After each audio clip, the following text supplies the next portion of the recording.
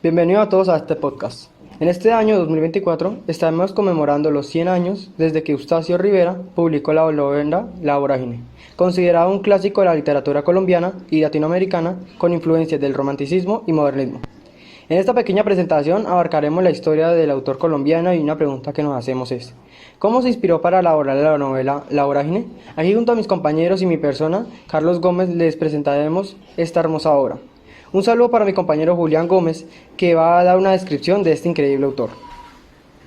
Hola Carlos, gracias por darme este espacio para hablar sobre este autor. José Eustacio Rivera fue un escritor colombiano, nacido el 19 de febrero del año 1888 en San Mateo, Huila. Estudió Facultad de Derecho de la Universidad Nacional de Colombia, alcanzando el grado de Derecho y Ciencias Políticas el 3 de marzo de 1917. Fue un autor que se destacó al escribir la novela La Vorágine, que fue publicada en 1924. Él refleja la violencia y esclavitud que recibían los indígenas suramericanos. Además, manifestó la explotación cauchera que se dio en las selvas del Putumayo. Expuso la matanza y el horror que vivieron los indígenas esclavizados por las empresas caucheras. La selva será el espacio en donde ocurre toda esta historia, donde detalla la fauna y flora de la naturaleza colombiana. Muchas gracias, Carlos, por darme este espacio. A continuación, nuestro compañero Santiago Baldión nos hablará a fondo sobre el libro, la novela La Vorágine. Gracias, Carlos, por darme la palabra. En esta novela contiene un prólogo, un epílogo y está dividida en 3 partes. La mayor parte de la novela es narrada por el personaje principal, Arturo Cova, un poeta que decide huir con su amante Alicia hacia Casanare. En La Vorágine, algunos de los temas que sobresalen son los siguientes: la naturaleza de los llanos, Colombo, venezolanos y la selva amazónica, y su influencia en el carácter de sus personajes. La denuncia social de la violencia y explotación de los caucheros a muchas personas, en su mayoría colombianas, representativas de todas las etnias, géneros y regiones: indios, mujeres, blancos, negros, niños, mestizos, mulatos. Los romances malogrados.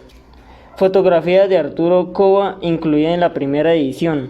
Arturo Cova es el narrador y el personaje principal de la novela. Es un joven tolimense que estudió en la capital. Es intelectual y poeta. Alicia es una joven capitalina educada en piano y costura. Es muy temerosa, no sabe montar a caballo y su piel es resistente al rayo del sol. Clemente Silva es un cauchero muy anciano y enfermo, originario de Pasto. Se convierte en cauchero buscando a su hijo de 12 años. El niño huyó con los caucheros y este era el único familiar que tenía. La niña Griselda es una mulata alegre, coqueta y rechoncha. Es amable y amistosa, aunque es la esposa de Fidel Franco.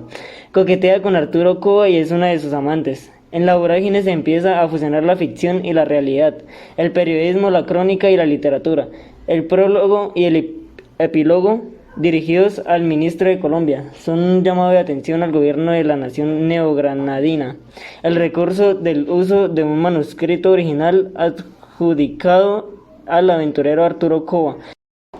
Además, en los registros históricos se encuentra Arturo Cova, un hombre involucrado con el negocio de la explotación del caucho, y algunos testigos dicen haberlo conocido.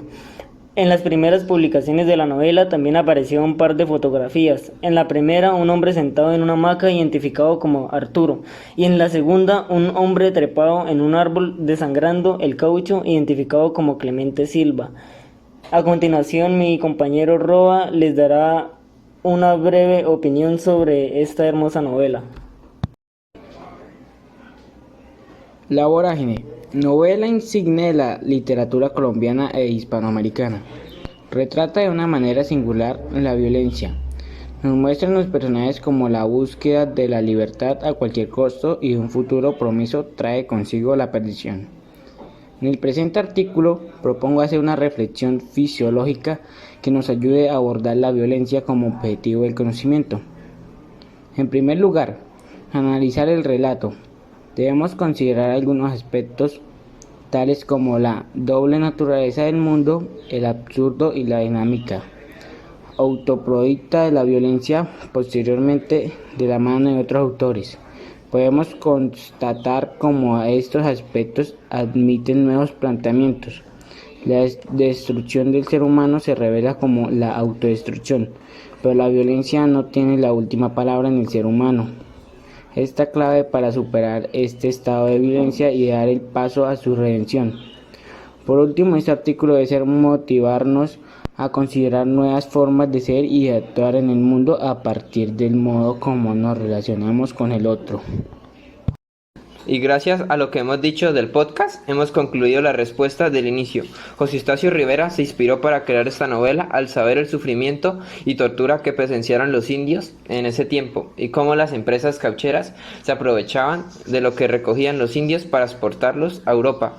Y nuestro compañero Carlos nos dirá los créditos de este bello podcast. Gracias, Roa, por tu reseña y opinión. Y gracias, oyentes, por estar hasta el final de este podcast donde hablamos sobre esta importante obra. Esta presentación fue hecha por Julián Gómez, Santiago Aldión, Santiago Ron y Carlos Gómez.